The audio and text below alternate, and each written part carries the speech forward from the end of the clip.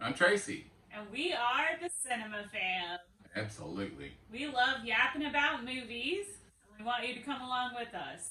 So today we're going to be talking about the old silent film Wings from 1927.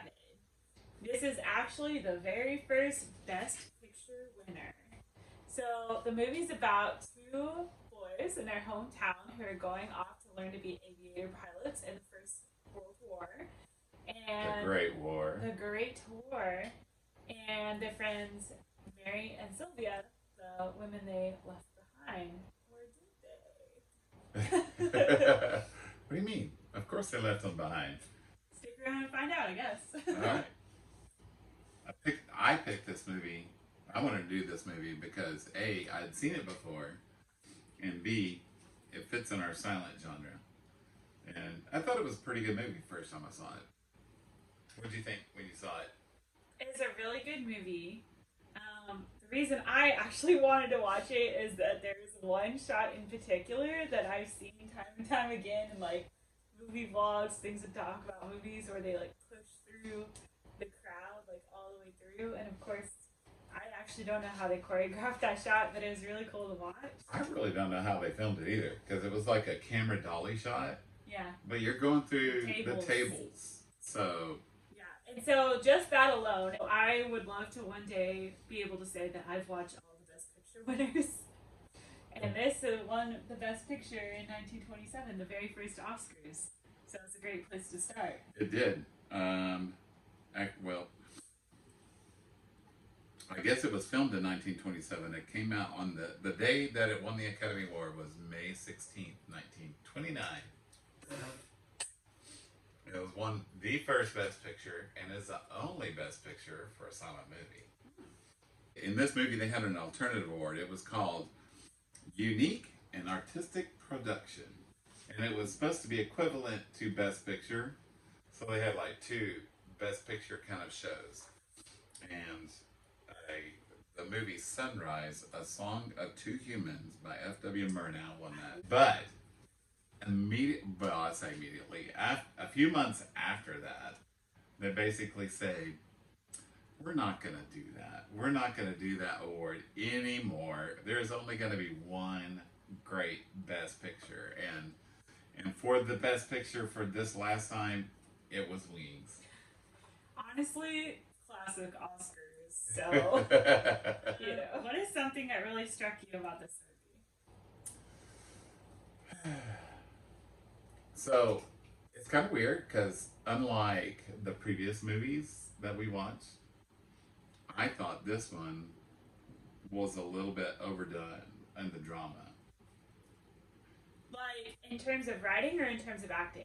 In terms of acting, Oh, okay. like the goodbye scene with the family when David was leaving. They're all like, Oh, oh. yeah, that and his death. Spoiler. No. and and the scene at the end or near the end, so overwrought, so overwrought. I'm just like, To me, it makes a lot of sense for the acting to be so over the top whenever you have absolutely no sound. It's only the cue cards and the movement and the music, and that's it. And so it's like, in order to compensate for no audio, they have to make sure that they're like very, very visually displaying the type of emotions and things that they're feeling. yeah. I mean, I guess I think it actually worked a lot better in um, the Cabinet of Dr. Caligari. It just seemed to work in that movie, but it just seemed a little bit overdone. It's the American style. We're I always guess, a little bit I over the guess so. top. Maybe so. You know? A little bit more And in your face oh of my, things. and the acting with the Mary, where she was just trying to get stuff. Oh, pay attention to me. It was all very, very over the top. So Yeah. Who was Mary? Clara Bow. Clara Bow. She was one of our protagonists' next door neighbor. That's right. So Mary she was Preston. literally the girl next door. Right. With her crazy disheveled hair. She had a glow up. It was great. Man, look, I know we're supposed to do history later, but we should sprinkle history all throughout here. Oh gosh. Did you know? Did you know that Clara Bow basically just hated? Don't be humming. You can't hum. Did you know that Clara Bow, she hated her wardrobe, so she was constantly altering her own wardrobe, like ripping off sleeves and adding things and. I didn't know, but that tracks for the type of actresses that were around back in the day. They're very conscious of their appearance and sometimes even like what down to like what lighting looked best on them. Yeah. Things like that. But I honestly think it works to the movie's benefit because it's like they understand their own beauty a lot of times so much more than the people I guess making so. the movie. What I really liked about this movie was just how big it was, and I liked.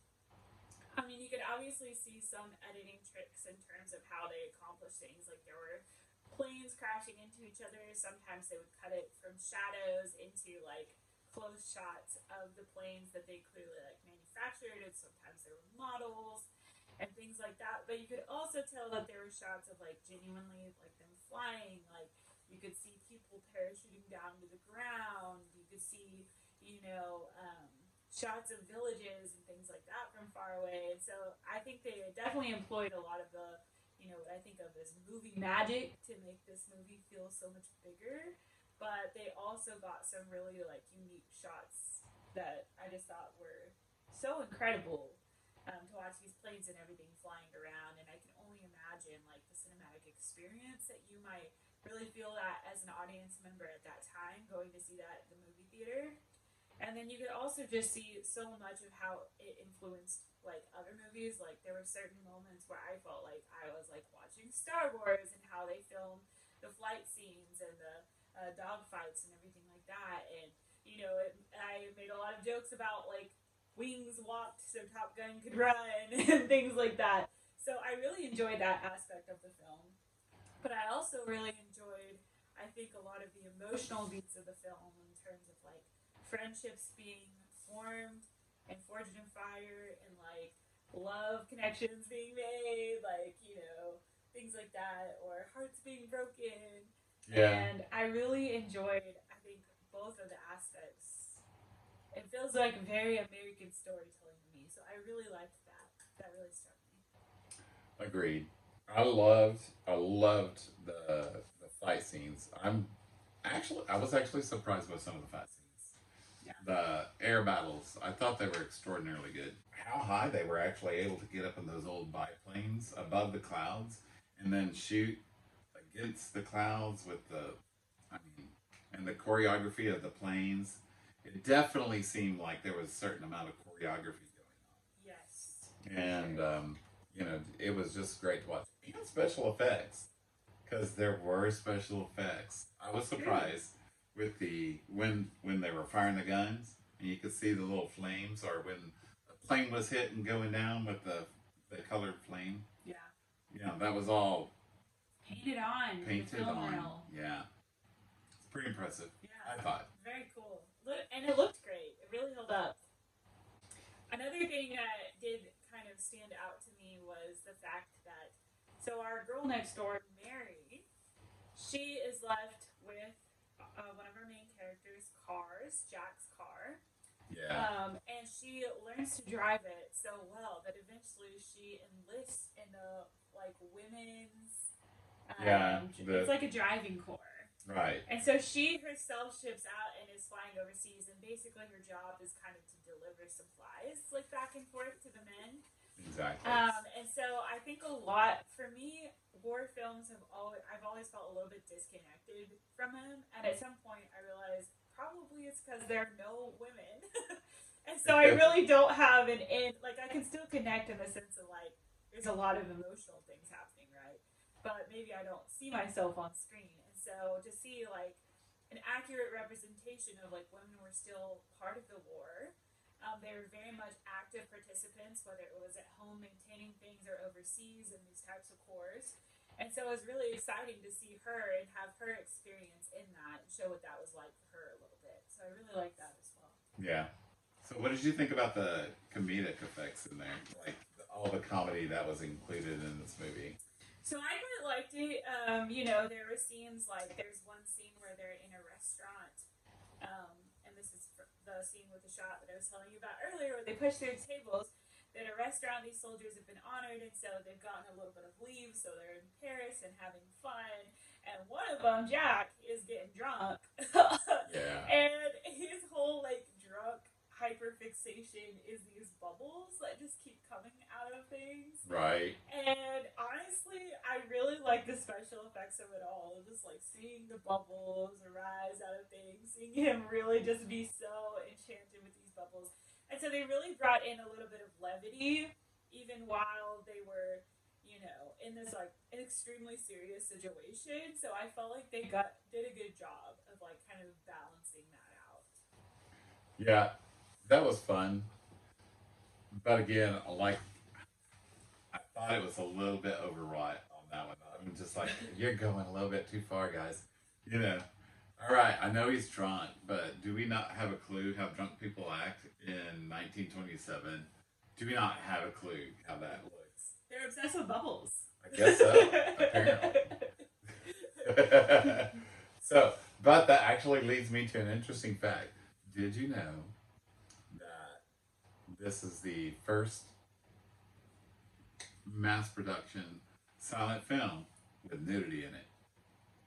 That checks. I was actually a little shocked at the amount that they were able to show in this movie. Like, genuinely shocked. I'm like, there was a breast shot for like about a half a second.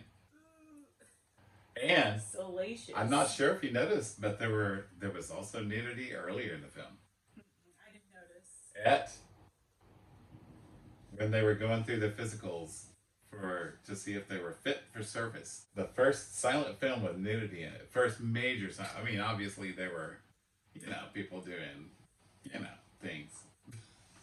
But the first major motion picture that had nudity in it. Wow. It was shocking, though. Shocking. It was shocking. Pushing I'm like, boundaries. what?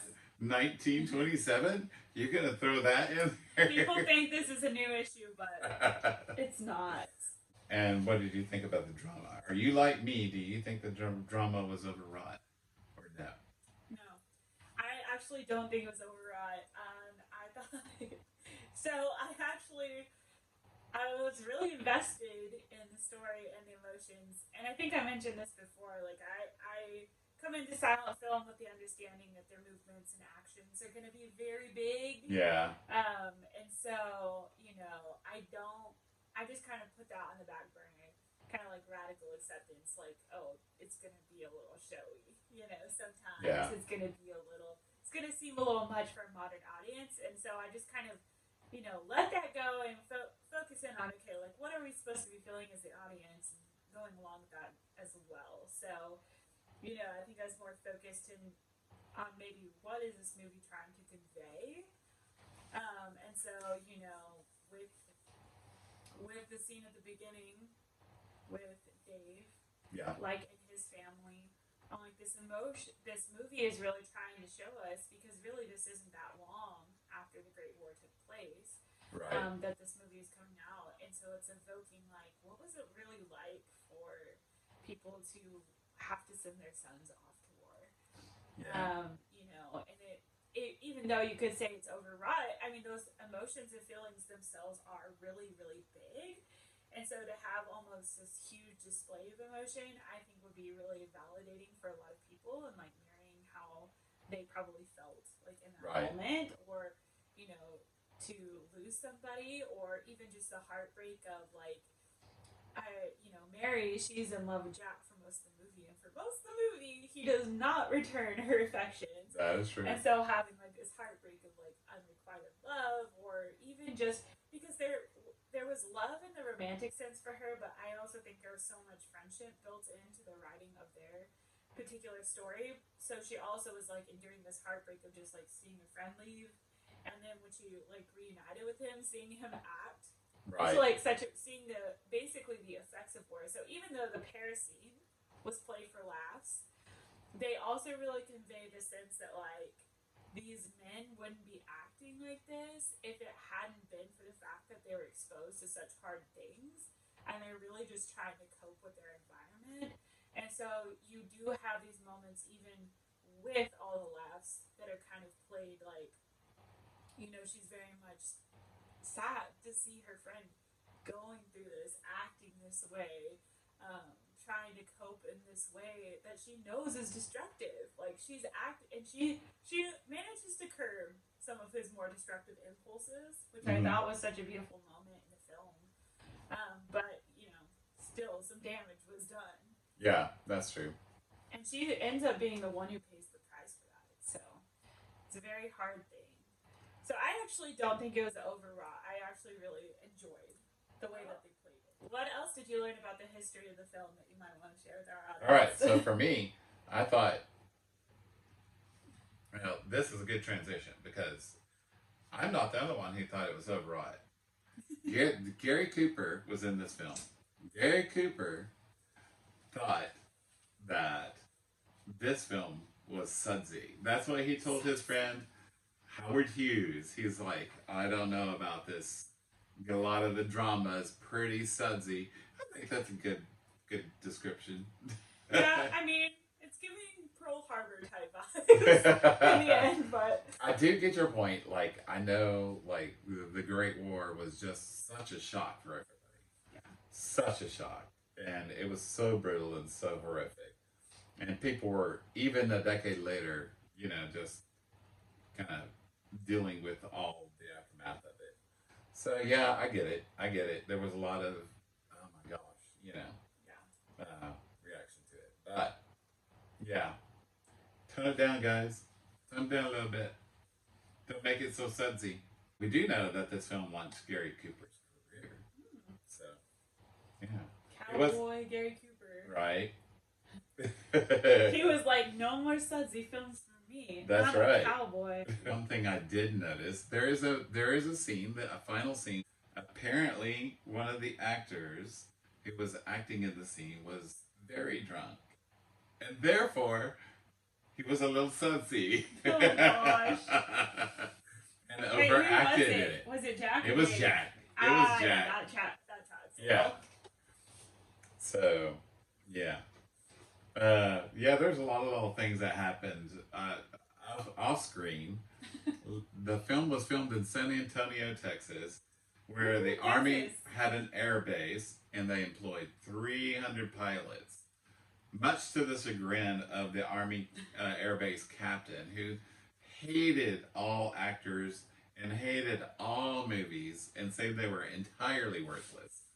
And so he and the director had a lot of battles back and forth about this. It took 9 months to film this movie with all the special effects and all the shots. For them to be able to take the cameras and get the shots and just get everything that was needed. 9 months. Wow. Which is actually considerably longer because most films at that time took about Oh, 9 times as a month. long. 9 times as long. So, and in that 9 months, they rented out a hotel in San Antonio. And apparently, by the time that they were done filming, all the little elevator girls had gotten pregnant and were pretty close to having their babies. And and there was a lot of discussion about Clara Bow, who literally got engaged the day before she came to San Antonio, and then arrived and had lots of flirtations, and her and Gary Cooper had a little fling on the side. A little affair. Right. Don't try long distance ever. It's But been a bad idea since the 20s, folks. right. Probably, And probably before. then. Probably before. I will say though that it taking so long, caused a lot of things to happen. But it also expanded the budget. The budget was pretty big for movies back then. It was over $2 million. It was slightly over $2 million, was just lit, and that's not much in today's world, but back then that was huge. Today's I mean, Yeah. that's a lot. and so basically when it showed, it did not make all its money back the first time around.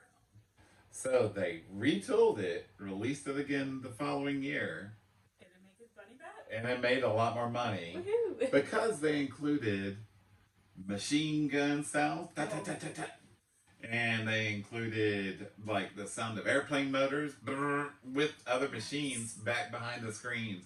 So it was the orchestra at the theater plus the machine gun sounds plus the airplane motors, That's very cool. and so it drew bigger crowds. Yeah, one thing I cannot stop thinking about is like, you know how like little boys, if they're like pretending to fly a plane, Yeah, they make those sounds like, right. and that's exactly what it sounded like in Wings, and it made me wonder if that somehow seeped into the American consciousness, I'm almost or if certain it it's just did. like, I'm almost certain it did because Wings then became like the seminal film.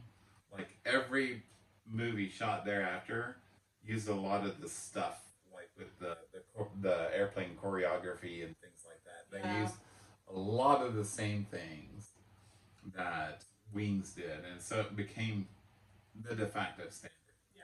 Yeah. Wow, that's really And so interesting. when you say maybe Star Wars seemed very similar, I'm thinking it's very possible I that there genuinely was think some so. that there was some inspiration there. Well, and I did notice in the credits, and I thought this before I saw this, okay, but I noticed in the credits that George Lucas played a part in the restoration of the version that we watch. And so, like his production companies and Yeah. stuff. And so I thought, I didn't actually connect the dots that, like when I saw that in the credits, but then later I was like, wait a dang minute. I think my theories are correct. I mean, George Lucas was very influenced by Wings and how he filmed like the X-Wing fighter scenes. Right. So that was pretty cool, actually. Yeah. So it's also interesting that so the director and the writer were both World War I pilots, Oh, that is cool. and basically they were trying to get Clara Bow to be in this movie, but she refused to be in the movie until they did rewrites. So they brought a woman in. Her name is Hope Loring to do some additional rewrites on the script in order to secure Clara Bow. I think those tidbits about I just find that stuff interesting. I think it adds to the lore of the movie. So, how would you rate Wings? Well, even despite being sudsy and despite being a little bit corny and hammy with the comedy, I still think it's a great movie. I think it was a groundbreaking movie. Oh, I'm glad that we actually have the print. They thought it was a lost movie until the 1950s.